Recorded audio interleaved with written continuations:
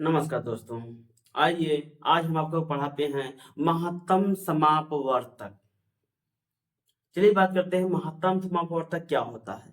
देखिए, वह सबसे बड़ी संख्या जिससे उन संख्याओं में भाग देने पर शेषफल यानी शून्य आए। शेषफल क्या हो? शून्य आए, यानी कि पूरा पूरा विभाजित हो जाए, वह क्या होता है? मासापा होता है, यानी कि महत्तम समापवर्तक। ध्यान दीजिएगा।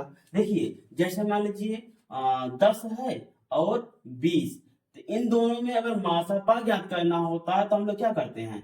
10 बराबर 2 गुणते 5 और 20 बराबर 2 दूनी 4 पंजे 20। तो यहाँ देखिए 51 क्या है? ये भी है और ये भी है, तो हम क्या लिखेंगे? मां सा बराबर 2 गुणे 5 बराबर 2 पंजे कितना लिखेंगे? हम लिखेंगे 10। 10 क्या हो गया? मासापा हो गया। हमने क्या डिफिनीशन में बताया आपको? हमने आपको डिफिनीशन में बताया कि किसी भी संख्या से, यानी कि देखिए वह संख्या, यानी कि इन दोनों की वह सबसे बड़ी संख्या, चाहे इन दोनों के अंदर की हो या यही हो, इसे मतलब नहीं है। यानी इन दोनों में से एक हो सकता है, या हो सकता है इन दोनों का भी कोई उभयनिष्ठ हो जाए, तो मासापा वही होगा जिनसे यह भी और यह भी पूरा पूरा कट जाए, शेष ना बचे। जैसे हमारा देखिए मासापा निकाले, हमारा कितना आया? 10 आया। तो 10 से हम ये इसमें भाग देंगे, इसमें भाग देंगे, देखते हैं शेष बचता है। तो 10 से हम जब भाग 10 में देंगे, 10 करने में 10 कट गया। अब इसी 10 से इसमें भाग देंगे, तो 10 दूना का 20। इससे यह प्रूफ होता है कि देखिए वह छोटी यानी वह बड़ी से बड़ी संख्या जो उन संख्याओं को बिना शेष के विभाजित कर दे, बिना शेष के विभाजित कर दे, यानी कि पूरी पूरी काट दे, महत्तम समापवर्तक कहलाता है। चलिए पुनः बताते हैं महत्तम समापवर्तक में मासा कहां से लिया जाता है। एक बात ध्यान दीजिएगा, महत्तम समापवर्तक में मासा हम लोग कहां से लेते हैं। देखिए भैया, जो आपका महत्तम समापवर्तक होता है, देखिए मां आपसे यहां से लिया जाता है। मां हम लोग यहां से लेते हैं, सा यहां से, प यहां से, क्या होगा? मां सा और प, महत्तम समापवर्तक। ठीक, महत्तम समापवर्तक। तो ये मां यहां से आता है आपका, सा आपका यहां से आएगा, पा आपका यहां से आएगा, तब जाकर महत्तम समापवर्तक बनेगी, जो उभयनिष्ठ संख्या मानी जाती है। यानी कि दो संख्याओं की उभयनिष्ठ संख्या ली जाती है, वह भी सबसे अधिकतम, ताकि हम उसे भाग दें तो शेषफल ना बचे। पुनः देखते हैं भैया, देखिए जैसे मान लीजिए और क्या है, हम मान लेते हैं हमारा 45 है और 60 है, तो 45 है और 60 है। अगर 45 और 60 है तो सबसे पहले आप 45 का खंड कर लेंगे तो कितना जाएगा भैया?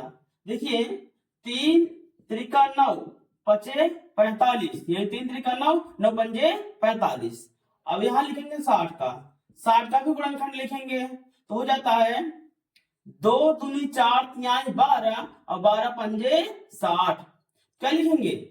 मां सा पा बराबर जो कॉमन होगा, यानी जो दोनों में मिलता होगा वही लिखेंगे।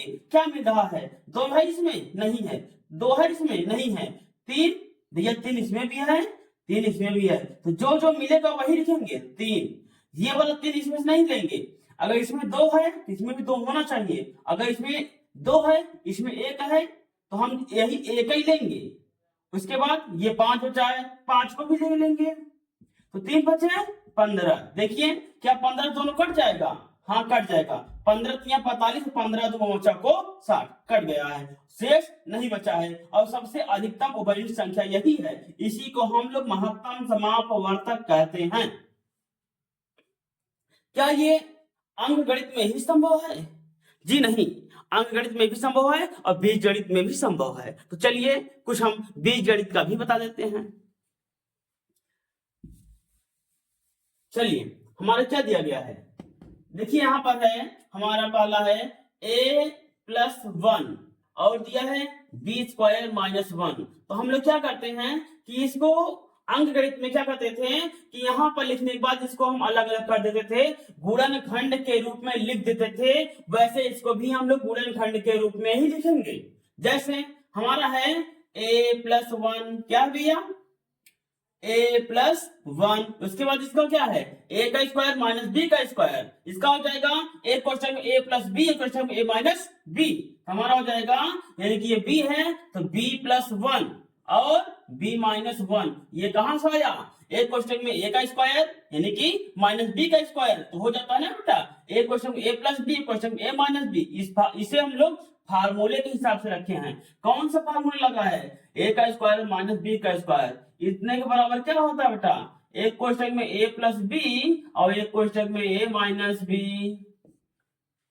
समझ में आए तभी बताइएगा कि हाँ सर आ रहा है, अन्यथा दोबारा कमेंट करके पूछ लो, अभी पूछ लो, ठीक है। तो चलिए बताते हैं, देखिए ये हो गया सिर्फ इस पहले का, अभी इसका बच्चा है, इसको अभी हम लोग यहां करेंगे। देखिए हो जाता है b+1, क्या है b+1, ये है। अब इसको हम नोट कर लेते हैं, a का स्क्वायर -1, तो हम लोग क्या लिखेंगे, जो यहां है इसको यहां रख देंगे नॉर्मली, b+1 हो गया। अब इसको भी हम यहां नोट कर लेंगे, तो वही फॉर्मूला इसमें भी लगाएंगे, a का स्क्वायर माइनस b का स्क्वायर, जब a का स्क्वायर माइनस b का स्क्वायर होता है तो हम लोग बराबर क्या करते हैं, एक क्वेश्चन में a+b, एक क्वेश्चन में a-b, तो हम इसी यानी इन दोनों इसके स्थान पे इसको हम इस सूत्र से दो बार यानी डिवाइड कर सकते हैं, एक ये हो जाएगा, एक ये हो जाएगा। इसी फार्मूला पर यही नहीं रहेगा, यानी फार्मूला यही रहेगा, लेकिन यह अंक यहाँ पर नहीं रहेगा, यानी बीजीय व्यंजक वाला यहाँ नहीं रहेगा। तो जो यहाँ है यही ये सूत्र लग करके इसका यहाँ पर यानी क्या हो जाएगा, अलग अलग हो जाएगा, यानी कि गुणनखंड हो जाएगा। चलिए a का स्क्वायर माइनस b का स्क्वायर, तो हो जाएगा a+1 a-1। अब ध्यान दीजिएगा, अब एक लाइन खींचेंगे और यहां लिखेंगे, क्या लिखेंगे, मा सा पा। अब देखिए जो ये मासा पा है उसको देखिए, इन दोनों को कुछ मिल रहा है भैया, ये तो मिल रहा है इससे, और ये मिल रहा है इससे, और कुछ मिल रहा है, ये नहीं मिल रहा है। तो इन दोनों को जो मिल रहा है यह इसके साथ, यह इसके साथ, इन दोनों को यहां लिख लीजिए। क्या लिखेंगे, एक क्वेश्चन में a+1, दूसरे में b+1, यहां को क्या हो गया, मासापा, क्या हो गया, मासापा, यही आपका क्या है, आंसर है। ऐसे ही आपका दूसरा है, दूसरे को भी हम लोग ऐसे ही जो है लगाएंगे, क्या है बेटा, यक्स का स्क्वायर प्लस यक्स-6, तो इसका हम लोग एक बार क्या करेंगे, गुणनखंड करेंगे। जब गुणनखंड करेंगे ना तो देखिए यक्स का स्क्वायर प्लस यक्स-6, तो इसका ऐसा दो खंड करो जो जोड़ने अथवा घटाने पर प्लस एक आए, प्लस एक यक्स है, और गुणा करें तो -6 यक्स का स्क्वायर। ध्यान दीजिएगा, क्योंकि जब खंड होता है इसका गुणा हम इसमें करेंगे, कितना हो जाएगा, 6 यक्स स्क्वायर, कितना हो जाएगा, 6 यक्स स्क्वायर। ये कहां से आया है, ध्यान दीजिएगा। अब इसको लिखेंगे यक्स, यह किसमें है, माइनस में, ये किसमें है, प्लस में। तो इसका ऐसा दो खंड करना होता है ना, जो जोड़ने या घटाने पर क्या आना चाहिए, प्लस यक्स, और गुणा करने पर 6 यक्स स्क्वायर। तो हमने अंक क्या निकाला बेटा, 3 यक्स -2 यक्स। ध्यान समझिएगा, 3 यक्स और 2 यक्स निकाले हैं तो ये प्लस में होना चाहिए और ये वाला माइनस में। क्यों, 3 में से दो अगर निकालेंगे ना तो एक बचेगा, 3 में से 2 निकालेंगे तो एक बचेगा, और 3 दूना का 6 हो जाएगा। क्यों, देखिए अगर 3 में से 2 निकालेंगे एक बचेगा, अगर वही 3 यक्स गुणे 2 यक्स करेंगे तो क्या हो जाएगा, यहाँ प्लस रहेगा या माइनस, प्लस माइनस का माइनस हो जाएगा, तो यहाँ 6 यक्स यक्स यक्स का स्क्वायर हो जाएगा, जो आपका यहाँ पर ऑलरेडी दिया हुआ है। तो ऐसे ही इसका हम जब गुणनखंड करेंगे तो इसी हिसाब से करेंगे। तो चलिए यक्स का square plus 3 x minus 2 x -6, अब क्या करेंगे, अब हम यहाँ पर लिखेंगे यक्स कामा ले लेंगे इन दोनों में, तो क्या बचेगा, यक्स प्लस 3, यक्स प्लस 3, इन दोनों में क्या कामन है, -2, क्या बचेगा, यक्स -3। ठीक, अब क्या है, देखिए दोनों में दो व्यंजक अभी हो गया, एक व्यंजक यहाँ है, एक व्यंजक यहाँ है। अब दोनों में कॉमन क्या है, यक्स प्लस 3, क्या है, यक्स प्लस 3। अब ध्यान दीजिएगा, जब यक्स प्लस 3 है तो हमारा क्या बचेगा, यक्स माइनस 2। क्या बचेगा, यक्स माइनस 2। यही आपको क्या है, आंसर। लेकिन आंसर किसका है, इसका सिर्फ गुणनखंड हुआ है, यहाँ आंसर लिखने की गलती ना कीजिएगा।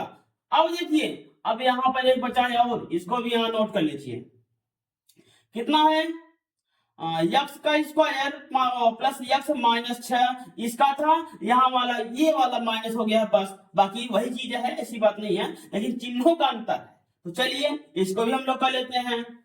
तो इसका हम क्या करेंगे, वही देखो, जैसे 3 2 इसमें हुआ था इस वाले में, वैसे 3 2 इसमें भी होगा, लेकिन बस फर्क यही है कि माइनस 3 और प्लस 2 होगा। क्यों, 3 दूना का 6 रहेगा माइनस में, और 3 में से 2 जाएगा -1, 3 में से 2 जाएगा -1, क्योंकि 3 आपका माइनस में है, 2 आपका प्लस में है, तो 3 में से 2 जाएगा तो 1 बचेगा। तो चलिए बेटा, यहां हम लोग लिखते हैं यक्स का स्क्वायर -3 प्लस 2 -6।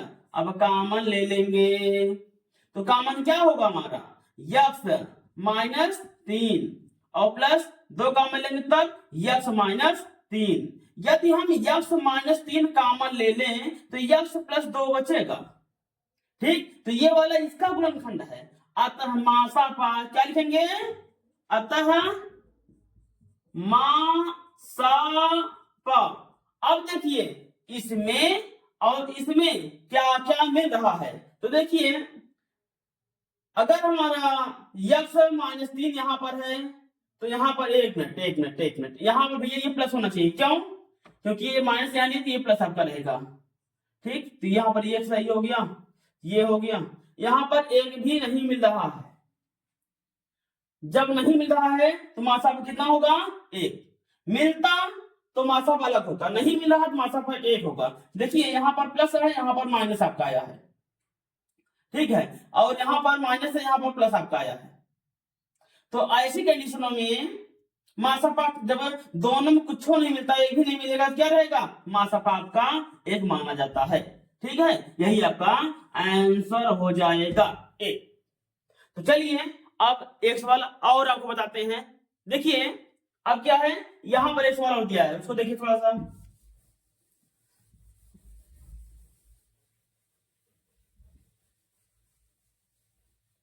यहां का सवाल क्या है बेटा, यहां का सवाल है 2x² -2x और -4 इतना है। तो सबसे पहले इसमें 2 कॉमन दिखाई दे रहा है, 2 2 4, तो काम कर लीजिए, 2 कॉमन ले लीजिए, क्या बचेगा, यक्स का स्क्वायर -यक्स -2। क्यों, 2 1 में 2, 2 1 में 2, 2 दूना 4। अब इसका खंड हो सकता है 1 2, 2 1 में 2, 2 में से गए 1 हो सकता है, तो करो 2 हो जाएगा, और यहां लिखेंगे यक्स का स्क्वायर -2x प्लस यक्स -2। अब क्या करेंगे, हम लिखेंगे 2 तो बाहर ही रहेगा, इन दोनों में कॉमन ले लेंगे। दोनों में कॉमन आपको दिखाई दे रहा है यक्स, क्या दिखाई दे रहा है, यक्स, तो क्या बचेगा हमारा, बचेगा यक्स -2। इसमें क्या बचेगा, अगर प्लस 1 कॉमन ले लेंगे तो यक्स -2 बचेगा। उसके बाद यदि हम लोग यहां पर क्या करेंगे, यक्स -2 इसमें भी है और इसमें भी है, अगर यक्स -2 कॉमन ले लेते हैं तो क्या बचेगा, यक्स +1। क्या बचेगा, यक्स +1। इसे आप ऐसे भी लिख सकते हैं या इससे बाहर निकाल सकते हैं, यानी 2 और यक्स -2 और यक्स +1 इतना भी आप लिख सकते हैं, कोई दिक्कत नहीं है। एक और बचा उसको भी कर लेते हैं। देखिए यहां पर ये है आपका 4x² -4, इसका गुणनखंड कैसे होगा, ये जो 2 दिया यानी 4 दिया है, 4 को बाहर ही रखो। आपको पता होना चाहिए एक क्वेश्चन में ये दो, a का स्क्वायर -b का स्क्वायर, आपको अभी बताए थे a का स्क्वायर -b का स्क्वायर का फार्मूला क्या होता है, एक क्वेश्चन a + b, एक क्वेश्चन a - b होता है। चलिए देखते हैं, तो हमारा हो जाएगा एक क्वेश्चन a + 2, एक क्वेश्चन a - 2। ठीक, तो इसको भी आप बदल सकते हैं 2 बार में, यानी कि 2 × 2। ठीक, फिर यक्स +2 और यक्स -2। दरअसल यहाँ गुणा चिन्ह होता है, जब मान लिया जाए 3 × 2 लिखो या यक्स × y, ठीक, तो अगर यहाँ पर 3.2 है, दशमलव मानेंगे, लेकिन अगर यही x.y हो, इसको हम लोग गुणा का चिन्ह मान लेंगे। ठीक है, ये होता है बीजगणित में जो ट्रिक होता है। आप लिखेंगे, क्या लिखेंगे, मा सा पा, कितना होगा, पहली बात आप इसमें देखेंगे और इसका जो गुणनखंड हम निकाले थे इसमें देखेंगे, क्या मिल रहा है, 2 यहां पर भी है, यहां पर भी है, लिखिए 2, तो इसमें से ये यहां पर है x-2, इसमें कहीं पर है, हाँ भाई ये है x-2, क्या है, x-2, ठीक, और यहाँ x+1 इसमें है नहीं, तो ये आपका क्या हो गया, मासापा हो गया, क्या हो गया, मासापा, यही आपका आंसर है। देखिए ये होता है मैथ, अगर मैथ को आप लगाना छोड़ देंगे ना तो पक्की बात है मैथ आप जो है भूल जाएंगे, इसीलिए मैथ बेटा रिवीजन मांगता है। अगर रिवीजन आप छोड़ दिए ना तो मैथ भी आपको छोड़ देगा, इसीलिए मैथ को लगाने से पहले ये पकड़ लो कि हमको मैथ पढ़ना है या फिर बायोलॉजी पढ़ना है, चाहे बायो पढ़ो या मैथ पढ़ो, बिना मैथ के बायो अधूरा और बिना बायो के मैथ अधूरा। क्यों, क्योंकि आगे जो एंट्रेंस एग्जाम होता है ना बेटा, दोनों पूछता है, ठीक है, बायो भी पूछेगा और मैथ भी पूछेगा, भले कि वह IAS PCS ही क्यों ना हो, न्यूमेरिकल रहेंगे, ठीक, बस फर्क इतना रहता है, कुछ उसमें रीजनिंग दे देगा, कुछ उसमें जीके दे देगा, GS दे देगा, ऐसे ही आपका देता रहेगा, लेकिन दिमाग लगाना पड़ेगा, बिना सवाल लगाए आपका कोई भी एग्जामिनेशन टूटेगा नहीं।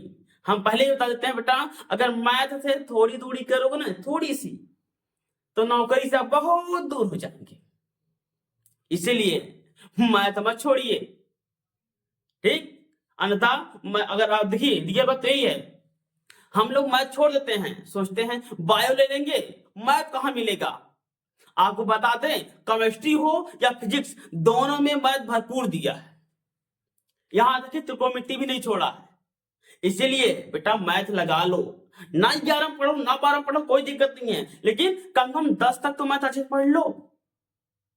उसके बाद जो उसमें मैट्रिक्स जो होता है, यानी सारणिक होगा या फिर आवेग होगा, उसको अगर पढ़ना चाहो ना तो सर से कहो कि सर पढ़ा देंगे, कैलकुलेशन तो रहेगा ही, ठीक है ना, पक्की बात, कहीं कहीं कैलकुलेशन रहेगा, इसीलिए आप लोग मैथ नहीं छोड़ेंगे, आप लोग जितना हो सकेगा रिवीजन करेंगे।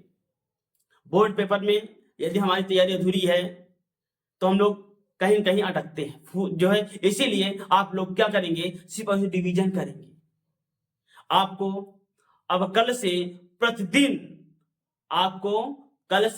प्रतिदिन ऑनलाइन क्लास चलेगी, 9 का भी और 10 का भी और 12 का भी, तो आप लोगों का अलग अलग समय रहेगा, बता दिया जाएगा जो समय मिलेगा कि भाई कब से कब तक आपका क्लास है, आप लोग अपना क्लास ले लीजिए। और तैयारी के लिए बेटा हम यही कहेंगे कि आप लोग अगर अब भी नहीं जुटे हो ना, 1 या 100 महीने बच्चा है, कोई कोई कहता 2 महीने बच्चा है, लेकिन समय बेटा हाथ से ऐसे ही फिसल रहा है जैसे मान लो हाथ में कोई मिट्टी है, धीरे धीरे गिर रही है, वैसे ही आपका समय फिसल रहा है।